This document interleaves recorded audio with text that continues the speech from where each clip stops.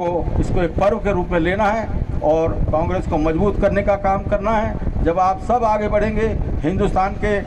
अगर रायबरेली के लोग आगे बढ़, हमें कांग्रेस का जो घोषणा पत्र है जिसमें हमने 5 न्याय बताए हैं, जिसमें महिलाओं को सबसे ऊपर रखा है, फिर नौजवानों को रखा है, फिर यहाँ के तमाम समाज के लोगों को रखा है, उन 5 न्याय और जो 25 गारंटियाँ राहुल गांधी जी ने दी हैं, मैं समझता हूँ वो गीता और कुरान और हमारे जो गुरु ग्रंथ साहिब हैं उस तरह से कांग्रेस के संकल्प हैं और उन संकल्पों को आपको पढ़ना चाहिए और ये देखना चाहिए कि देश की बेहतरी के लिए किस तरह से राहुल गांधी जी और प्रियंका गांधी जी और सोनिया गांधी जी और हमारे कांग्रेस अध्यक्ष माननीय खड़गे जी, जिनका लंबा जीवन है, मैं समझता हूँ पिछले 40-50 साल में वो लोकसभा का कोई चुनाव ही नहीं हारे एक आध चुनाव को छोड़कर। इससे पता लगता है कि किस तरह से गरीब परिवार के, एक दलित परिवार के बेटे को आज कांग्रेस की कमान सौंपी गई है। शाह का जो दिल्ली में केंद्र बना हुआ है, उस केंद्र को हम लोग उखाड़ने में सफल होंगे और मैं समझता हूं कि यही ताकत इस देश को बचाने का काम करेगी।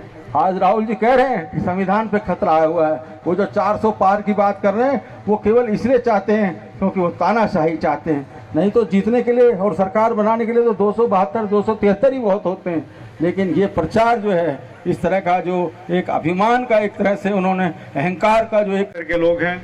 वो सारे उनके घरों में जाते हैं और उनको बधाई देते हैं। लेकिन हमारा यहाँ का विधायक ऐसा था जो 2 बजे इलेक्शन का रिजल्ट निकला, 2 बजे के बाद उसके ऑफिस में, घर पे लोग इकट्ठे उसका इंतज़ार करते रहे,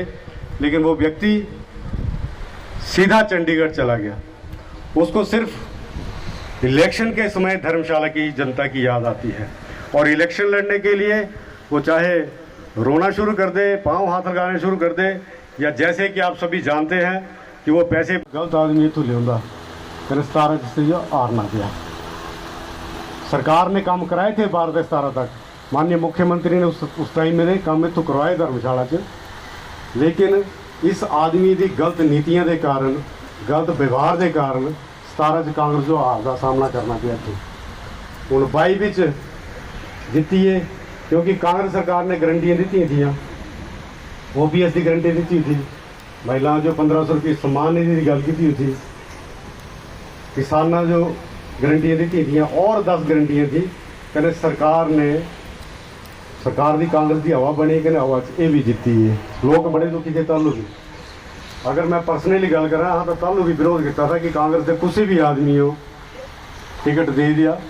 पर ऐसे व्यक्ति ना दिया जो कि समाज वास्ते एक उत्तराखंड और देश प्रदेश की खबरों के लिए आप बने रहे हिंदुस्तान ग्लोबल टाइम्स के साथ में। हम हर खबर को आप तक कांग्रेस के साथ खड़ा रहना है और